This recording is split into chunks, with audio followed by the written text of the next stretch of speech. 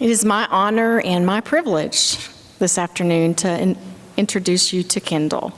Kyndall is a 2011 graduate of Truett Seminary, and soon after graduating, she was called by Covenant Baptist Church in San Antonio, Texas. It's a wonderfully unique congregation there in San Antonio, and she has served there as a delightful pastor of that church. They have enjoyed her gift for preaching, her gift for writing, her gift for language. And one of the things you will discover as you listen to Kyndall this afternoon is that she has an extraordinary gift for crafting together language. And that's what you will also find in her book when you purchase it at the back at the end of this service.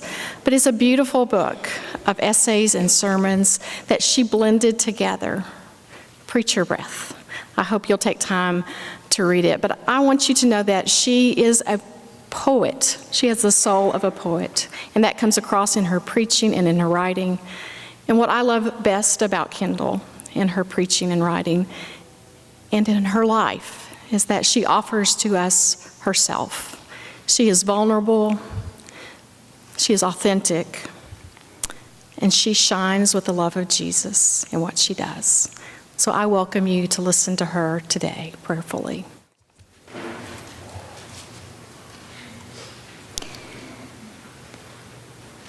Genesis 1:27. In the image of God, he created them. Male and female, God created them. Did you know the image of God is planted within you from the beginning? Did you know that when the Bible calls woman a helper suitable to Adam, the Hebrew word there is ezer, and 16 out of the 21 times the word ezer is used in the Old Testament, it is used as a reference to God. God is our helper. Can you imagine anyone saying to God that God must ezer him, help him by deferring, by keeping silent, or by staying in the kitchen? In the image of God, God created us. Male and female, God created us. Did you know the image of God is planted within you from the beginning, even if you are a woman? Nothing about your chromosomes or the shape of your body interferes with that. You have as much image of Godness inside you as the guy with chest hair. It's true. I know it seems like I'm stating the obvious, but if you're anything like me, you've doubted it. If you are a woman, you have doubted your image of Godness. Over and over and over again, you've made yourself sick, wondering if it is okay to talk, okay to be girl, okay to hear a call from God. You didn't invent the self-doubt. It was transferred to you from the generations before you, or from the church, or maybe even from someone you deeply respect and admire. Someone told you to mistrust your womanness, that manness is better. Woman is weak, man is wrong, female is wrong, man is right. That male is 1 or 2 or 12 notches higher. I've been working for a long time to eliminate the apology from my voice.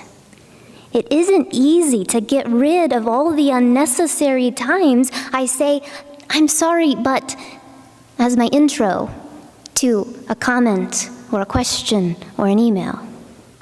It is even harder to eliminate the apology from my tone, the way my voice gets softer and quieter at the end of a question, to suggest you don't really have to listen to me if you don't want to. What I have to say is probably worthless anyway, right? It is harder even still to eliminate the apology from my thinking. It is ingrained in there. Shh, you're gonna take it too far. Shh, you don't know enough to contribute. Shh, you can't. Shh, you don't belong. You're just a woman after all. In the Gospels, there's this story where Jesus heals a bent-over woman. She had been bent bent like that for 18 years, and I, for one, am not at all surprised. I've said it before, it takes women a long time to learn how to stand tall, how to square our shoulders, how to lift our chin and take up our space. Without some divine aid, we might stay small, stay bound, stay bent. But when you do start to stand up and fill out, it does not mean you are power hungry. It means you are being healed from a years-long ailment. It is not greedy to insist on your equality. It is not wrong to believe in your worth. It is not misguided or selfish or arrogant to know that you are created in the image of God just as much as any man. And beloved daughter of God, it is no mistake that you are hearing a call from God. I'm so grateful for all the men in the room today. But I want to take this opportunity to state it clearly, women's voices matter. The church would be a different place if we heard from women equally, if women had equal influence. Our full equality matters not only because you and I would like a place at the table, although there is nothing sinister or strange about our wanting it. But more than that, our full equality matters because every 9 seconds, a woman is beaten in the United States. From 2001 to 2012, more than twice as many women were killed by partners than the number of Americans killed in the war with Afghanistan and Iraq. The home is statistically the least safe place a woman can be. Women know intimately the ways that violence is destroying bedrooms, families, children, and lives. At least 1 in 4 of us sitting in this room, and probably more, have been the recipients of a violent or abusive situation. 2 years ago, I was sitting in that pew at this conference. I was an educated woman with 2 degrees, and I had a job as the pastor of a church. But I had been suffering an abusive marriage for 5 years, and I was only just beginning to realize that I was being violated. My own friend Rachel was told by her church that it would be a sin for her to divorce the man who had been threatening her life with a gun. In the year 2015, this is still happening. Did you know that more than 20 million people are bought and sold worldwide into commercial servitude? Nearly 6 in 10 for sexual exploitation. And of those being sexually exploited, some statistics report that women and girls make up 98% of that number. To bring this issue closer to home, as close as your own computer screen, many of the women and all of the children used in the production of any pornography you watch are victims of trafficking and coercion. If women had an equal voice in the church, our conversation about sex in the church would dramatically shift to a focus on confronting violence and aggression. If women had equal voice, the church wouldn't be so reluctant to confront the prevalence of violent pornography. Women understand that having sex with a computer screen is not just unbiblical, unnatural, and incapable of reproduction, though it is all those things. It's far worse than that. Sadistic pornography is the veneration and encouragement of rape. And yet it persists as a pastime in many homes behind closed doors. If women had equal voice in the church, we would know what direction to take the conversation about sex and ethics, because we understand from our own wombs and the wombs of our friends that violence is the prominent sexual sin of our time.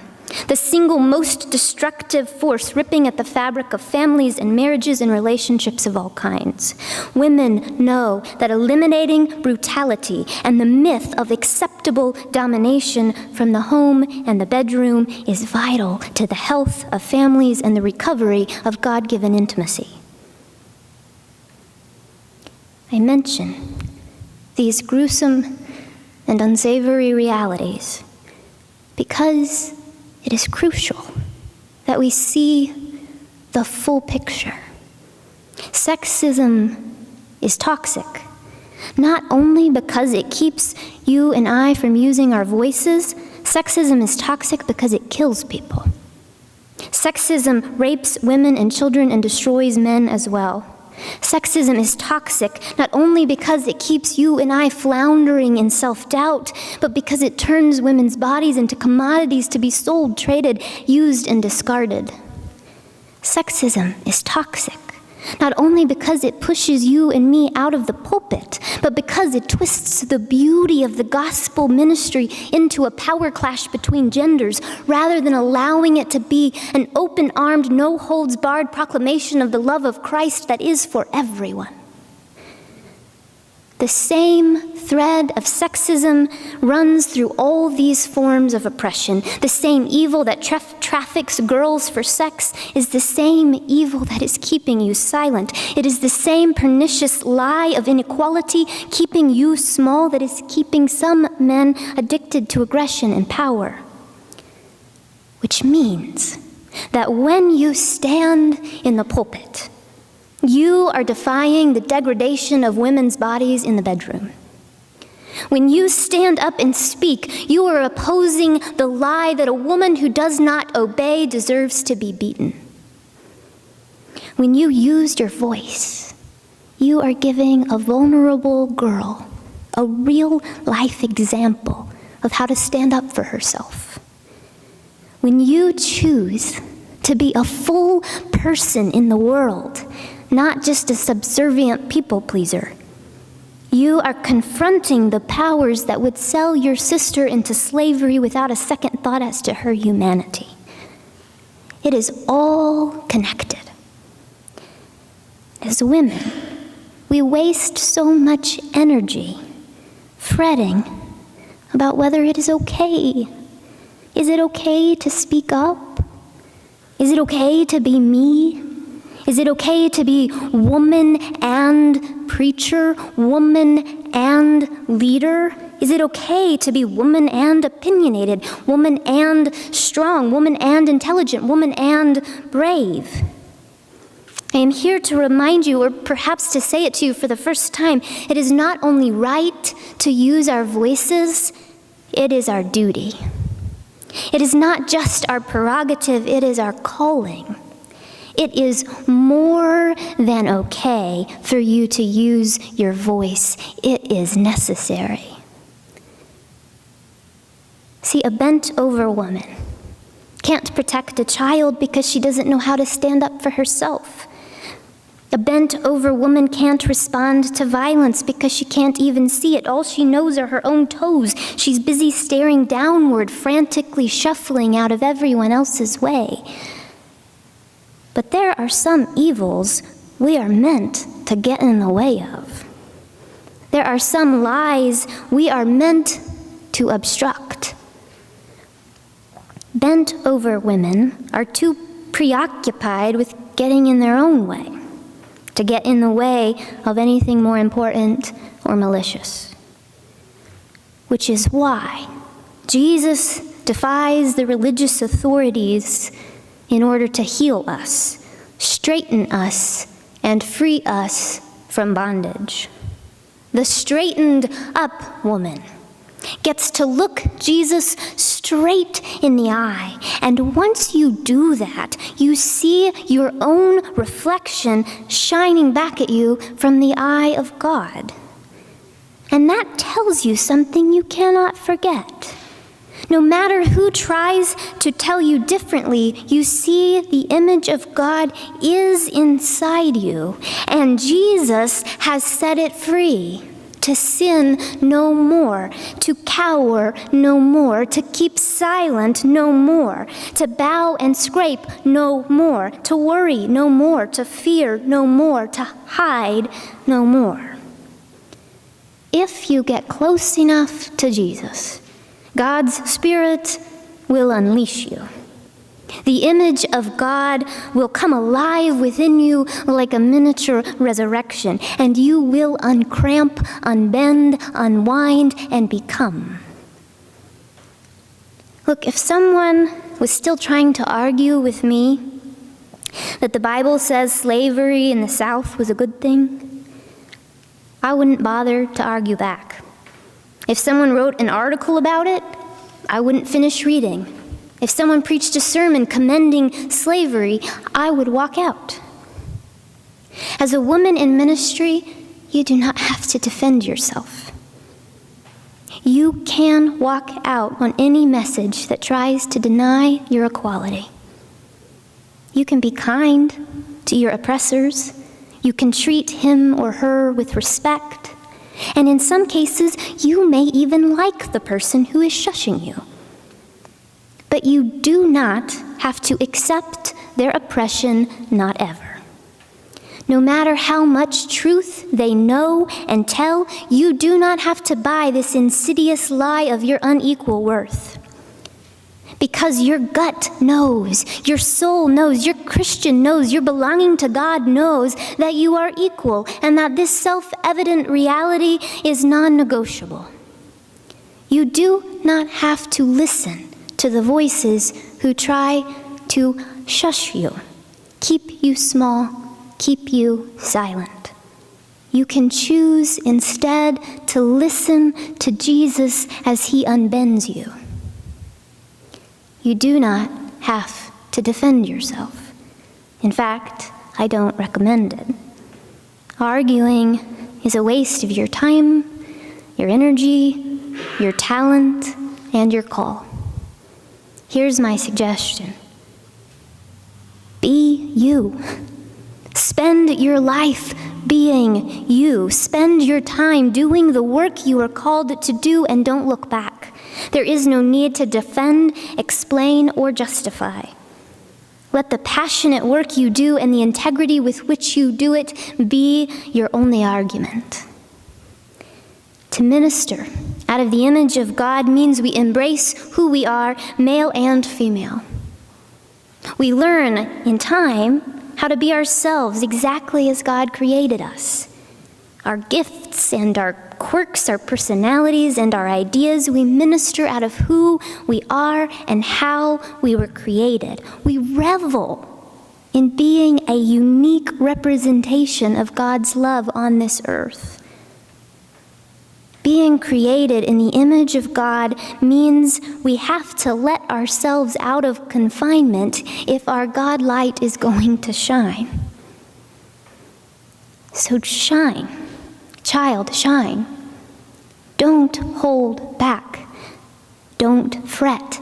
Don't stop up your voice, and don't stay small. Do not neglect your work. Swell to fullness. Get fat on mercy. Let your throat expand with voice. Keep your head high. Let your eyes stay open and your heart stay active. Be you without apology. With your vitality, be a sign to the world that God is alive and God is moving. And God is in you, and God is in us, recreating the world into a place of fullness, joy, and peace. Without question, we need your voice and your ministry. Amen.